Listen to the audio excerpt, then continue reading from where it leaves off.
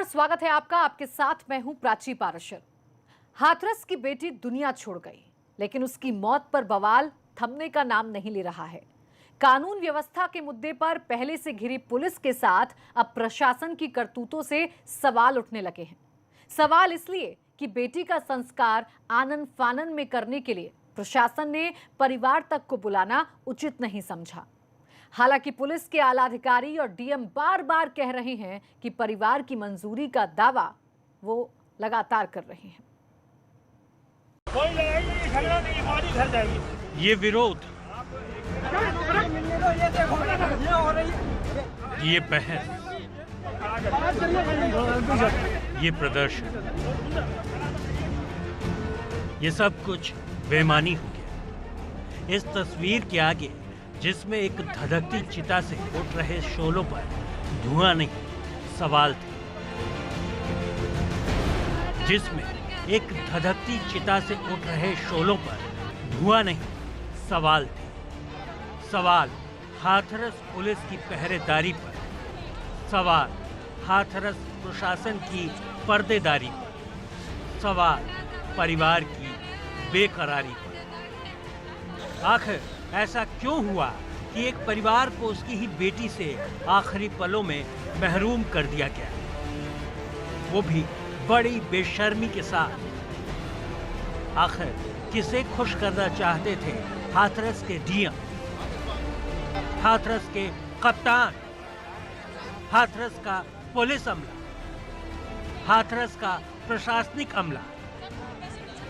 किसी लाश को सम्मान की चिता की बजाय सियासत की मखमली सेज पर लिटाकर उसे पेट्रोल, डीजल या फिर जलाने के लिए इस डिब्बे की जरूरत क्यों महसूस होने लगी? आखिर क्या था इस डिब्बे में? इतना सब कुछ करने के बाद भी झूठ का मुलम्मा चढ़ाने की नाकाम कोशिश सिर्फ परिवार पर नहीं, बल्कि एक समाज और लोकतंत्र के नागरिक होने के अधिकार पर क्या तमाचे जैसा नहीं है? सुनिए पहले डीएम साहब के झूठ को। के बाद में हम पूरी गाड़ी वापस लेके आए थे। जब ये लेट गए थे, महिलाएं जब लेट गई थी, मैं स्वयं यहाँ पे था। महिलाएं क्यों लेटी थी? आपकी गाड़ी के आगे क्यों लेटी थी? क्या वजह? मेरी गाड़ी के आगे नहीं लेटी, हाँ। एम्बुलेंस के लेटी थी और उनका चेहरा देख। तो वो यही चाहती थी ना कि अंतिम संस्कार करने दिया जाए, क्यों नहीं करने दिया गया? हमने अंतिम संस्कार करने दिया, 1 घंटे तक गाड़ी यहाँ पे खड़ी। हम क्यों कह रहे हैं कि डीएम साहब खुला झूठ बोल रहे हैं?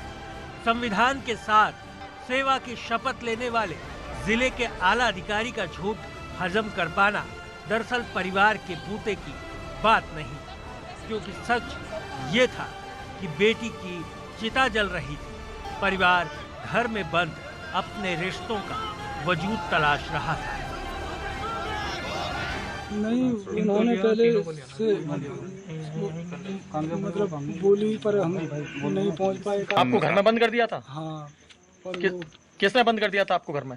पुलिस वाले ने कहा कहते हैं भीतर बंद कर दे, और कहा कहते उन लोगों ने बेटी की बॉडी को लेकर चले गए। तो आपने बॉडी देखी थी? आपकी बेटी की बॉडी है? नहीं। किसकी बॉडी लग रही थी आपको? अब ये नहीं मालूम कौन थी। डीएम और पिता के बयानों का ये फर्क पुलिस के आला अधिकारी भी नहीं सुन रहे।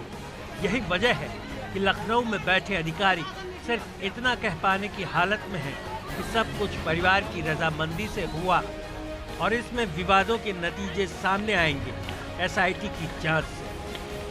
कल सुबह जो पीड़िता थी उसकी मृत्यु हो गई थी दिल्ली में, और देर रात तक पोस्टमार्टम के बाद से जब बॉडी पहुंची तो परिवार वालों की सहमति से और उनकी उपस्थिति में ये अंत्येष्टि कराई गई।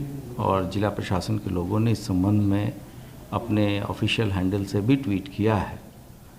ये अवश्य है कि कुछ महिलाओं के द्वारा ये चीज़ें आरोप लगाए जा रहे हैं, लेकिन उसमें जो सत्यता यही है कि उनकी उपस्थिति में और उनकी सहमति से कराया गया था। शांति व्यवस्था के लिए वहाँ पुलिस विद्यमान थी।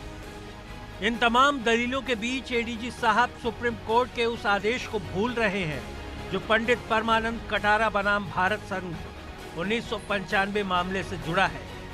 इसमें कहा गया था कि अनुच्छेद 21 का गरिमा और सम्मान का अधिकार सिर्फ जीवित व्यक्तियों के लिए नहीं बल्कि मृतक पर भी लागू होता है। अपने आदेश में सुप्रीम कोर्ट ने साफ किया था कि संविधान के अनुच्छेद 21 के तहत गरिमा और न्यायपूर्ण उपचार का अधिकार केवल एक जीवित व्यक्ति को नहीं बल्कि उसके शरीर को भी उपलब्ध है, उसकी मृत्यु के बाद भी।